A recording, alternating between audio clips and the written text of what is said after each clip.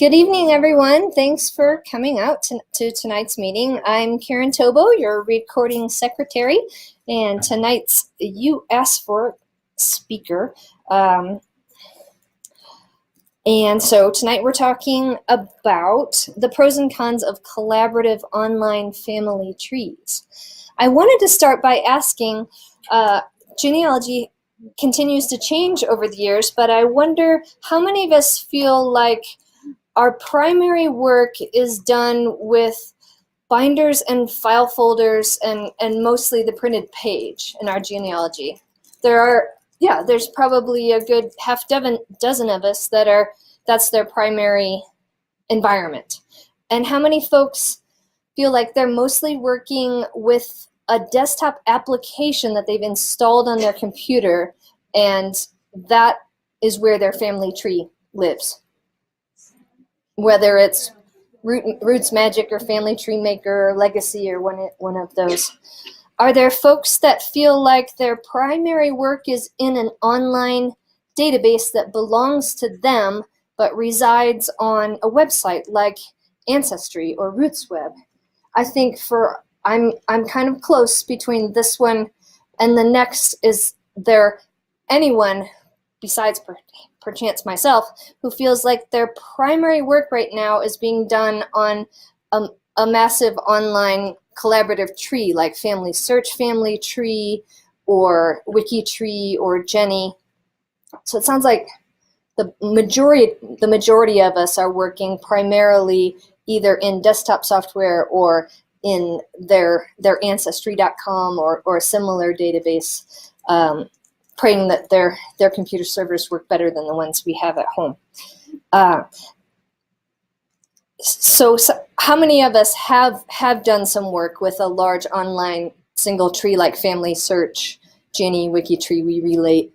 So maybe another about half a dozen of us. You know, there really are pros and cons, and that's what I thought we would talk about. Some of the pitfalls of collaborating with others.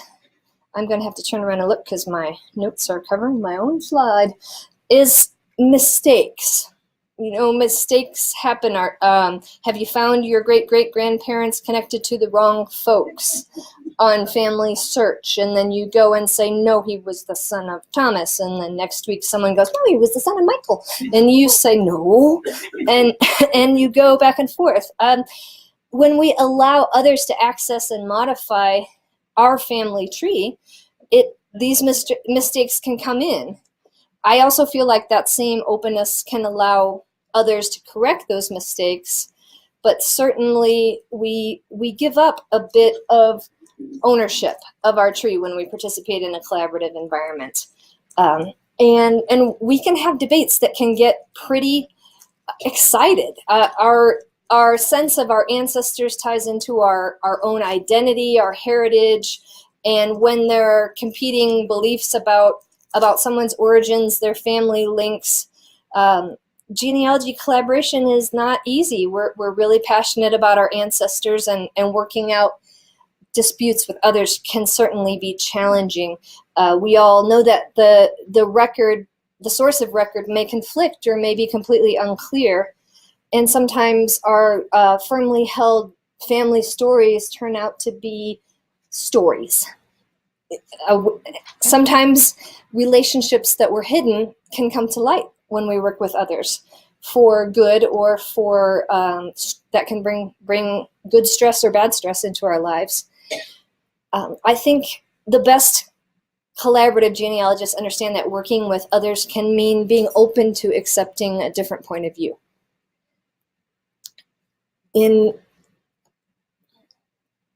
That was just not what I wanted. So I'm going to, there we go. Privacy concerns, certainly. Have you found information about yourself on a tree that you wish wasn't there? Or about young people in your family? I would say the very most private information about us and our family members should probably not be on the internet. You know, but then on the other hand, one of the best ways to break down our brick walls is to make our tree public so that other relatives and other genealogists can find it. when you post something online in a shared environment, I also happen to edit on Wiktionary and Wikitree, and they often say if you don't want your work copied and pasted without credit all over the internet, then you probably shouldn't put it here. You know, when we participate in collaborative trees, we really are gifting our information to the sum of human knowledge. You know, we're no longer saying this is mine. And we're agreeing to share it with the other contributors to that site, and also with the company that hosts the site, who may we'll have to look carefully at the relationship we're making with that company and how that could change if they're acquired or shut their doors. I think in addition to these pitfalls, there's some strong payoffs to participating in a collaborative tree environment. The prevention of duplication of effort. I feel like traditionally in genealogy, we're all told you need to make a pedigree. You need to do your family group sheets. You need to go find the records. And once you get back 2 or 3 generations, we're often all connecting the same census records to the same Mayflower passengers and the same German immigrants and the same new immigrants over and over. And so by working on a global tree, we can see what has already been done and be adding to that rather than doing it over. I find that these impassioned debates can get resolved instead of, if you find 50 ancestry trees that have the wrong information about great-grandma, in a collaborative tree, you only have to have that debate and resolve it in one place, instead of trying to contact folks who are completely unresponsive, whose trees are being copied over and over. We can get it right for once. And the community works to, by having the shared control of our common ancestors, the community works to prune the tree and to improve the life of the tree. On Jenny, they call those folks volunteer curators who work on contentious or popular profiles. Family Church has family history missionaries whose mission is to work on the tree. And on Wikitree, those folks are called arborists that prune the tree. They by crowdsourcing the research, there are projects that work to find sources for ancestors who are on the tree without sources, to collaborate on a new profile every week, a new ancestor. Let's all work together. Last week it was Anzac Day in Australia, New Zealand Army Corps. Somebody help me. They were having their national day, and so a collaborative profile on one site was a World War I hero from Australia.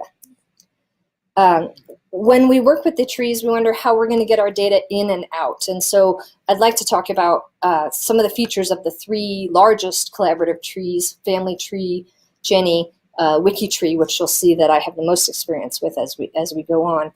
When we get our information up to the tree, we're often wanting to upload a GEDCOM, which we can do on Family Search. We upload our GEDCOM, and the server processes it.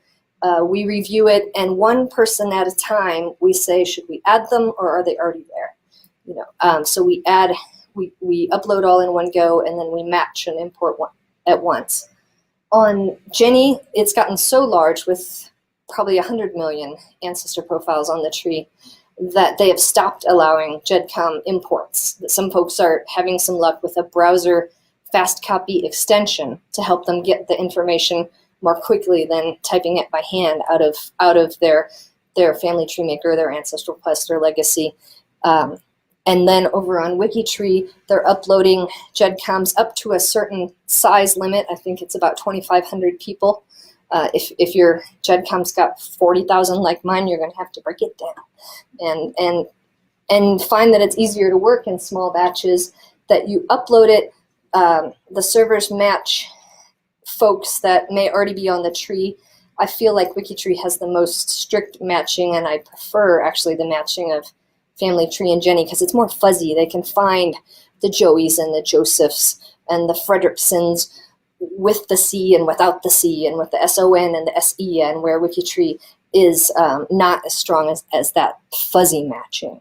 But the good thing about Wikitree is all of those files will be reviewed by A1 Langhoff in Albuquerque, and then she will get back to you and give you permission to import, and you'll look at a long report of your ancestors and go, oh, those 7 people are already here, so let's skip importing for them.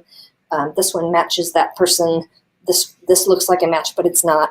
And that's how you get your data up there. If you want to pull data off of the tree, they all have facilities for doing that too. On Family Search, you can't go to the website and directly pull it down, but you can import a bunch of folks from Family Tree into an approved desktop software program. You probably already own one that's been certified to do this. And then you can, from your desktop program, make yourself a GEDCOM to share or to put on a matching site like GEDmatch or DNA GEDCOM. On Ginny, you've got to start from someone that's on your personal tree. And since there are 100 million profiles, they're going to limit you to a certain number. And they'd really love for you to give them a membership fee of probably about $110 to work with large file sets there. Wikitree doesn't have a limit for export, but you're starting from one person and you're either doing their ancestors or their descendants, or you're doing every profile that you manage and have added. They ask you to please not manage more than 5,000 people because it's just more ancestors than any one person should try to keep track of. All of the sites have provisions for not just the people, the names, and the dates, but sources to go with them. Isn't that what we all want? Some of the profiles you'll see on there are not sourced, and they have projects to improve. They each want to, of course, improve the quality of the information on their tree. Family Search has, I think, really great record matching with a number of sites in addition to their own huge record collection. And Jenny, I found the interface the least intuitive for myself, but Kitty Munson Cooper thinks it's the most powerful interface for attaching sources. That you can put pictures on there, you can attach a web link, which will go then grab a screenshot, and then you can check this supports the birth, the death, whatever life facts of that person. If you want to match to records on Ginny, they'd really like you to pay for a MyHeritage data membership for $10 a month because they're strongly partnered with them. Wikitree is the most wiki-like. It's just a big open text biography. They are not partnered with any record collections, and so it's a big text field, and it's up to you to import and format the sources for your ancestor on that side. A big problem with collaborative trees is duplicates. How many Abraham Lincolns, how many John Jones are on the tree, and which of them are the same fellow? So they all have different procedures for trying to prune the tree and get rid of the duplicate profiles. When you add someone to Family Search, they're going to ask you, hey, wait, is it this person or this person? Or no, it's neither of those. On Ginny, they're constantly proposing matches and merges. The servers seem to be very powerful about searching for folks that look similar and having you merge those two together and identify them as the same person, which is going to just connect more relatives to the tree. On Wiki, it's very much people doing it. Like I said before, the matching is a little more strict if you spell the name differently. I'm working with Puerto Rican profiles, and someone just might be in there as Torres or Torres Diaz or Torres -Diaz or Torres E Diaz. So you won't find those without doing some fancy wildcard searches to find the duplicate folks with the different spellings there. I'd like to show you some pages on some of these sites, and what I find my favoritist reason for collaboration is because I'm also interested in DNA. And I just feel like as genetic genealogists, we really need to better understand how to collaborate. We're really great at saying I'm from haplogroup RM269. How about you? We're better at sharing our results and our genetic information than we are at sharing your trees. Maybe you've gone through this process as we did even before DNA. Do you have Jeffers? Oh, yes, I have Jeffers. Oh, are yours in Tennessee? No, mine are in Boston. Oh, well, I don't know if the ones in Boston are the same as the Jeffers family from Tennessee. And we trade surnames and maybe start to trade GEDCOMs. And some of the sites are getting a little better at showing you matches into GEDCOMs. But some of the sites like Family Tree DNA and 23andMe and YSearch, their interfaces for viewing and matching trees are not very robust.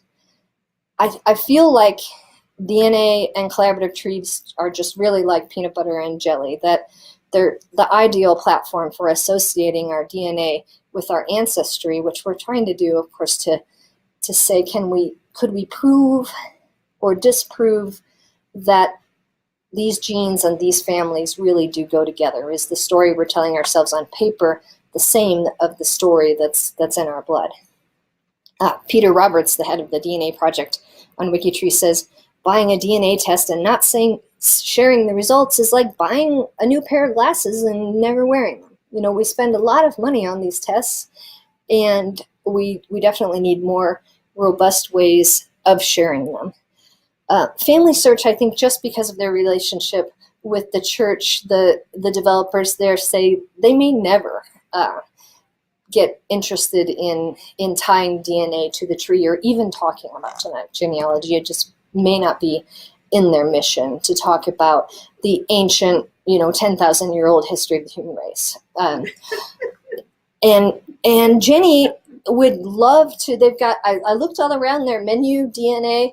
They'd love to sell you a test from Family Tree DNA, and you might want to look at the pricing and see if it's good. But right now, they don't really have a way to tie the test to the person.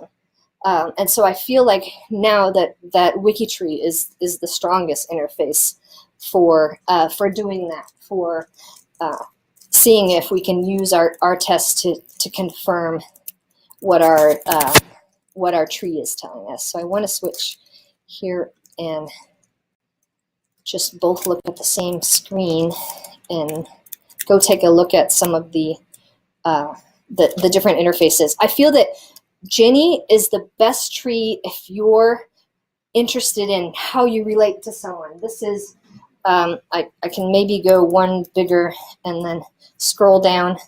This is me and our president, and the path between the two of us.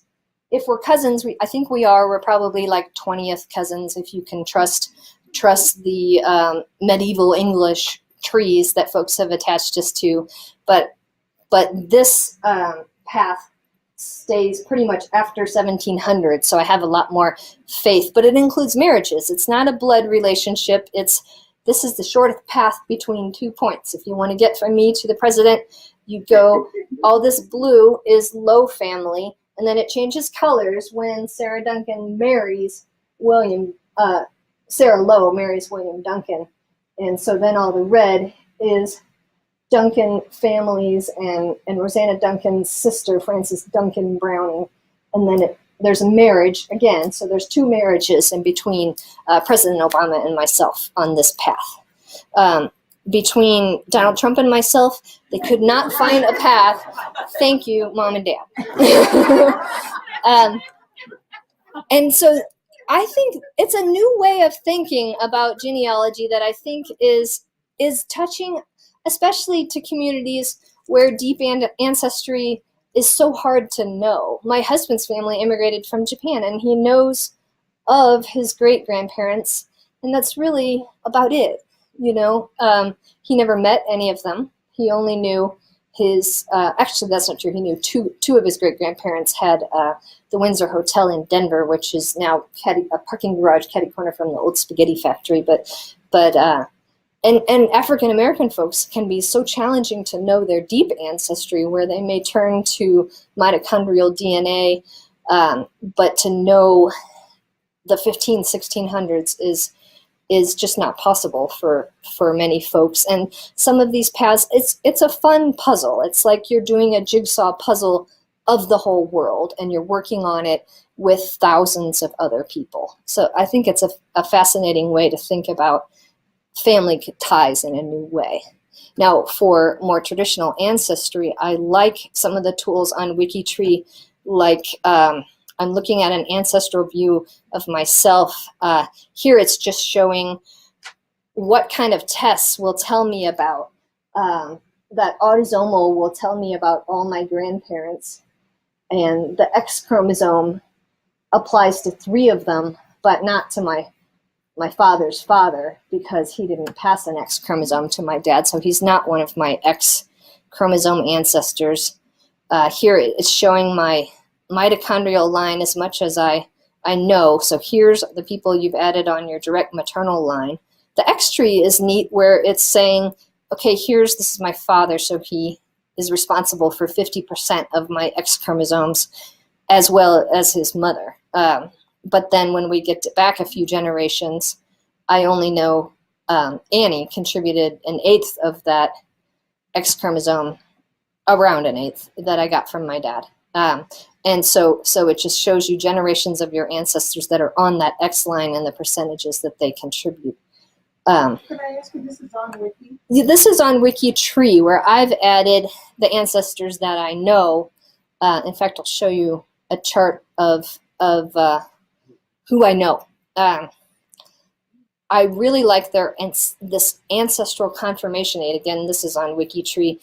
They are saying, if you want to confirm your relationship to your father, I say that is confirmed, because I know I'm the full sibling of my late brother.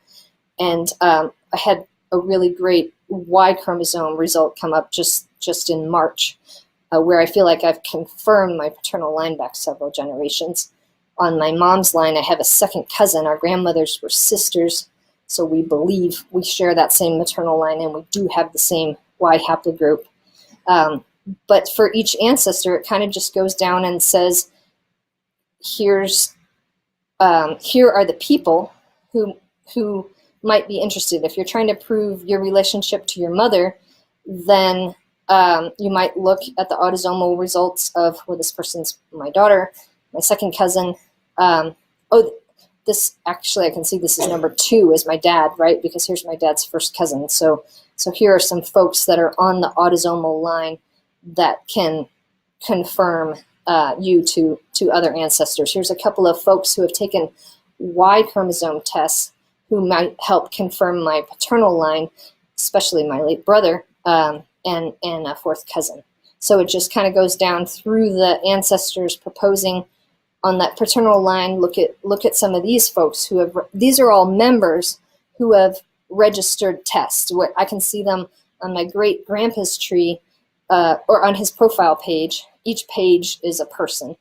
And I can see that it might be possible to confirm his Y line, which I feel like I have, because these 2 fellows, they've noted that they took a test, that this was the haplogroup they were assigned. You can look at it on Y-Search. Here's my ID, please go look. Here's the test I took, and the number on FTDNA. And then there's a number of people whose paper trees show that they are probably related to my great-grandpa, and they've taken DNA tests. And when I go and do a one-to-one comparison with myself and Vicki Harness with her GenMatch ID that she's provided, I see that we do share a genetic connection. It's autosomal, so I can't prove it's from that great-grandparent, but it provides evidence that if that's the only cousin relationship we have, that probably our shared segment comes from this ancestor. I'm lucky on this line that there are a good probably 10 people on here whose trees point out that they ought to share some genetic data with this person, and in fact they all do share a genetic connection with me. I can look at the surnames in my tree and say, let's look at all the people named Lowe. That's my maiden name, although they call us Lau in Tennessee. There's 57 people who are interested in that name and following that name, and the reasons, some little reasons why they're following it. Well, because I'm a descendant of, and I have Skip Lowe's privately published book. You know, I'm looking for relatives of my grandfather.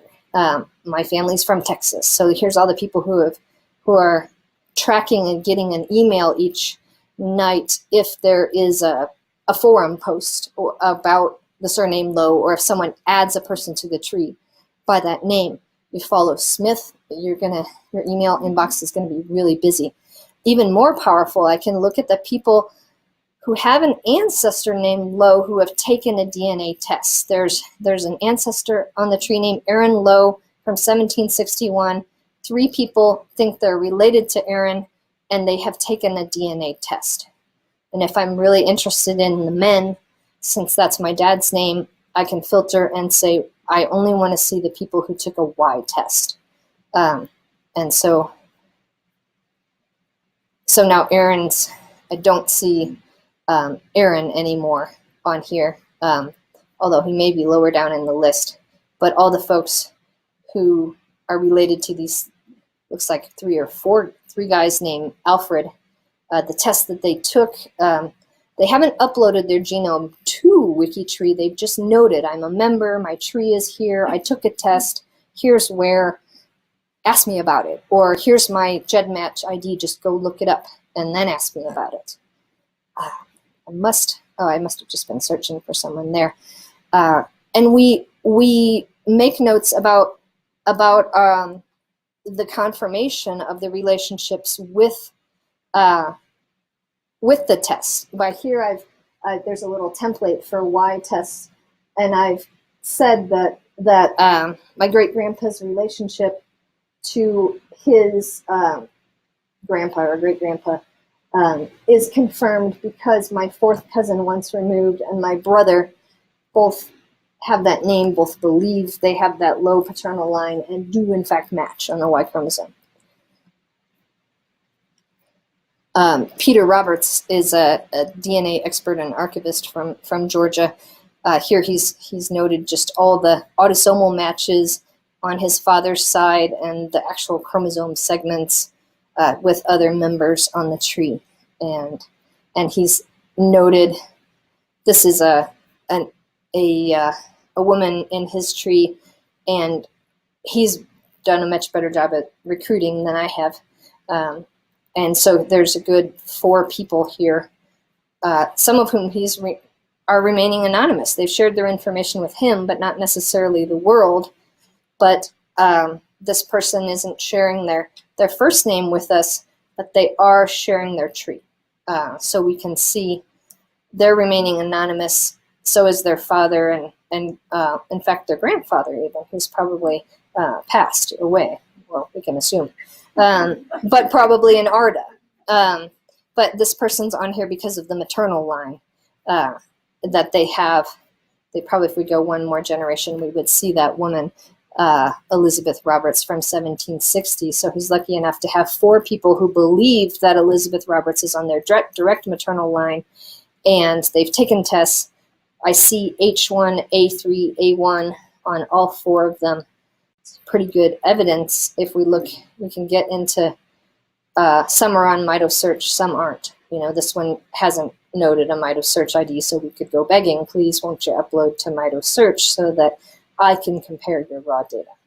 But three of them are, and we could go see how closely they match, or if they have the same haplogroup but they have a lot of differences. Let's see what else I had in mind to show you. We talked about debates and trying to get them resolved. Here's someone from way out of my expertise, 1200. And there's a big note at the top that says, there are groundless internet fantasies claiming that Matthew Hullen was the son of Simon de Longworth. So let's just put it out there. We don't think so. There's no evidence. There's this one little footnote about Simon, and we just don't think so. And so they've probably even protected the profile to say you can't change this person's last name and stop connecting him to Simon, because it's just not true, people.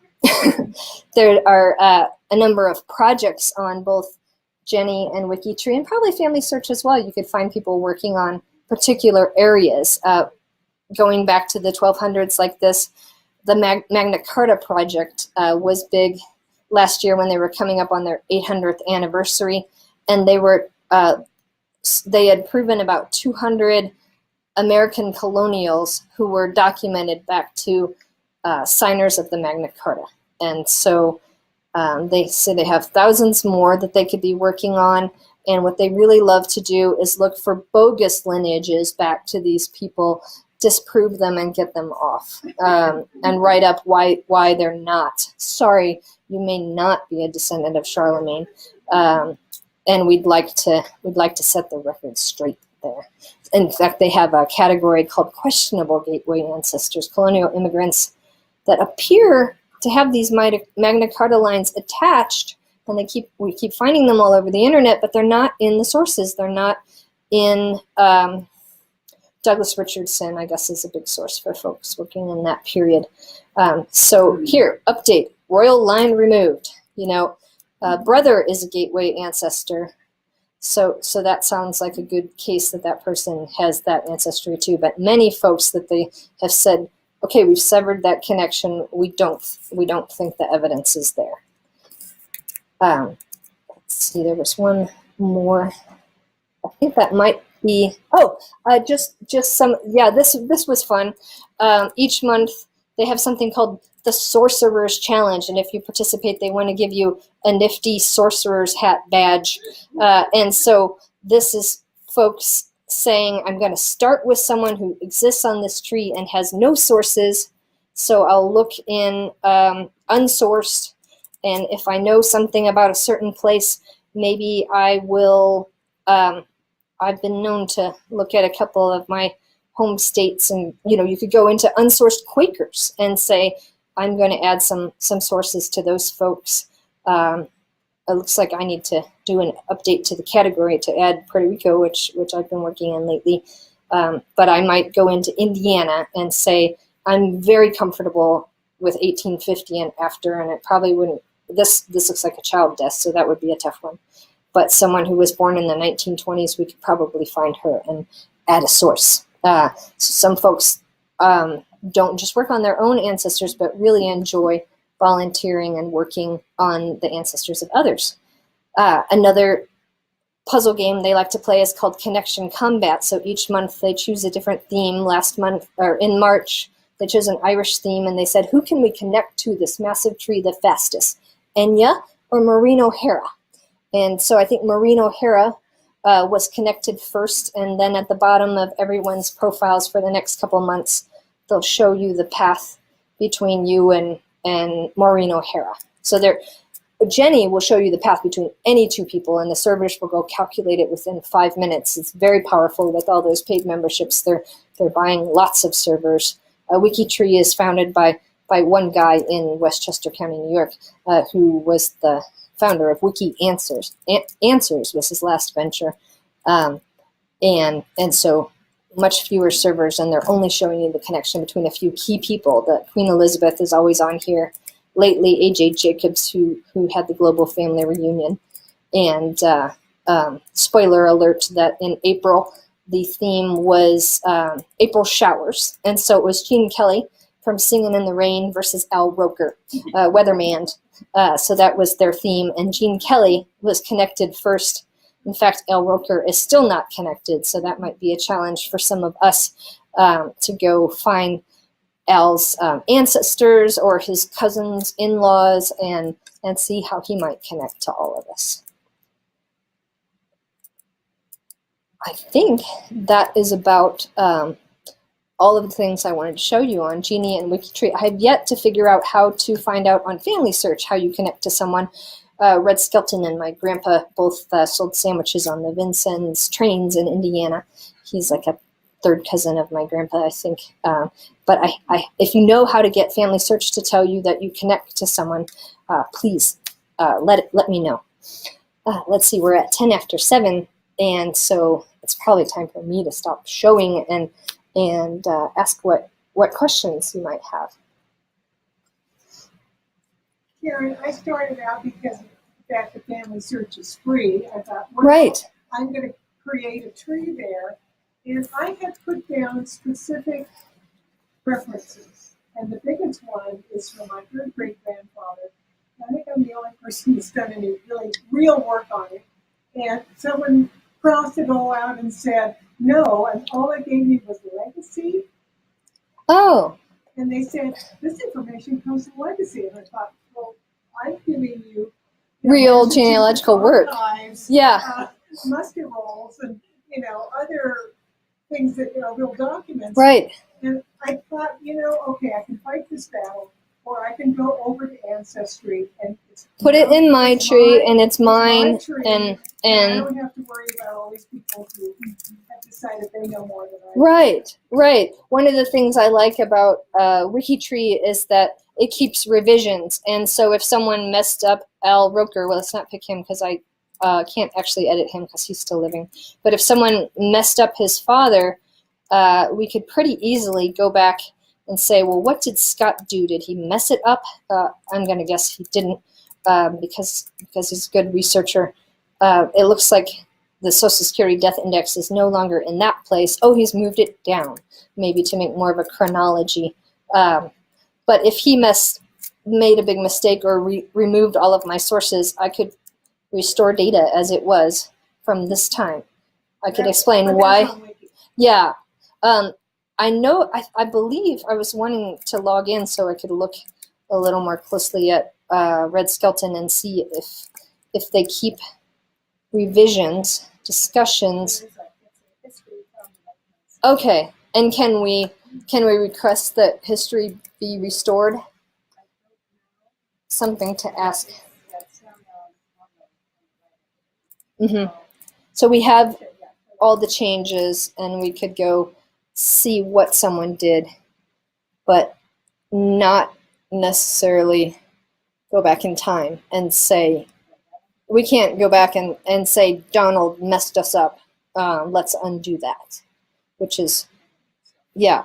Or possibly, oh, there we go, there's a burial added restore, so that's something to consider. So there are some restoration points, and I would not be surprised if some of the family history missionaries or the paid systems administrators on Family Search might have more power to edit the tree than we do. There's also a place where you can report abuse. Oh, good. Right, or Sally Hemings. So I'm sure there's a lot of people working on that profile. Yeah. So you can report abuse there. And similarly on WikiTree, not only are there arborists pruning the tree, there are mentors. You can file a mentor intervention request and say, could someone please give Beth a talking to about creating 5,000 unsourced profiles, or taking all the sources off of my great-grandfather. Yeah. I was in the impression of Family Search, I would have to get a hold of them and say, I've got actual data. I don't know where this person, all I do is they're putting up their death count. Right. And, then there would have to be somebody who would look at it. Right, and I think that because we assume good intent on these sites, some of them have more powerful procedures for resolving disputes. On WikiTree, you can go from talk before editing to this person could use a mentor to this person, they have yellow cards and red cards, and blocks. If someone's clearly vandalizing, then they're blocked, their IP address is blocked, and they're sent a note about why, or the yellow card, red card is slow down, or look, this is serious, we really mean it, the next step is to block you, you need to stop changing things without communicating with the other editors interested in this ancestor. And so that may be something driving folks from Family Search to WikiTree or Jenny, where stronger controls are there, and you don't have this back and forth edit war as much. And differing levels of privacy. I know on Family Search we don't attach sources to the living, we still enter them, and I bet if we enter them, then we can all see them. On Jenny, there's a mix of public and private based on someone's age. WikiTree is very robust with 7 levels of privacy, from anyone under 13 must be unlisted. So you can add your grandchildren knowing that they're completely unlisted and the only people that can see them are you and folks that you've added to the trusted list. Then it goes from there to private. My name is here, but if you want any more information, you're going to have to contact me. Private with a public family tree is the default for most living people like Al Roker.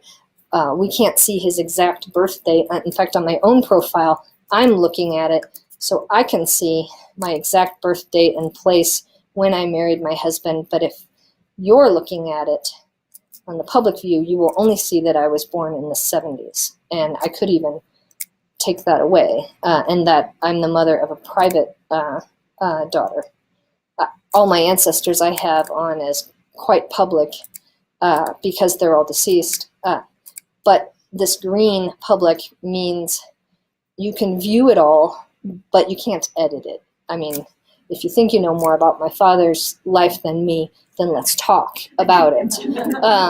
But I think I have, and my grandpa too, but back to my great-grandpa, there are enough people that are close enough to the family. I leave it open with the understanding that if someone messes it up, I'll go back and restore it. But I can see that all the editing is me, and more of me. So you'd have to go back a few generations to find ancestors that other folks have been editing. Here's one that's managed by 3 different people.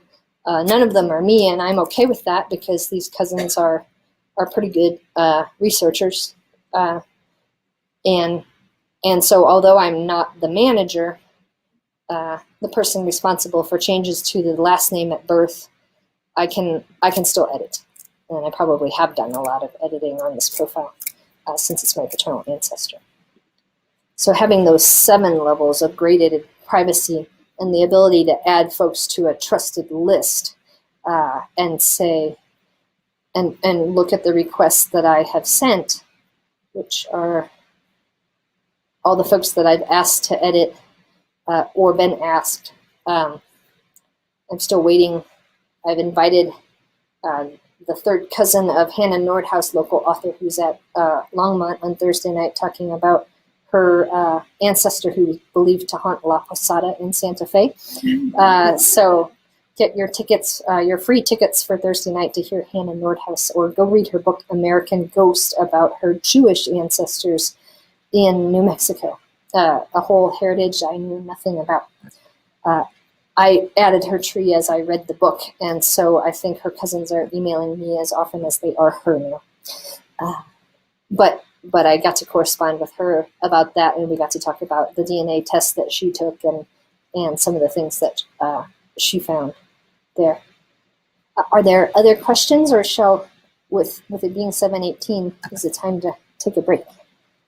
Yeah, let's take a break and enjoy some refreshments and chit chat off the microphone. Thank you.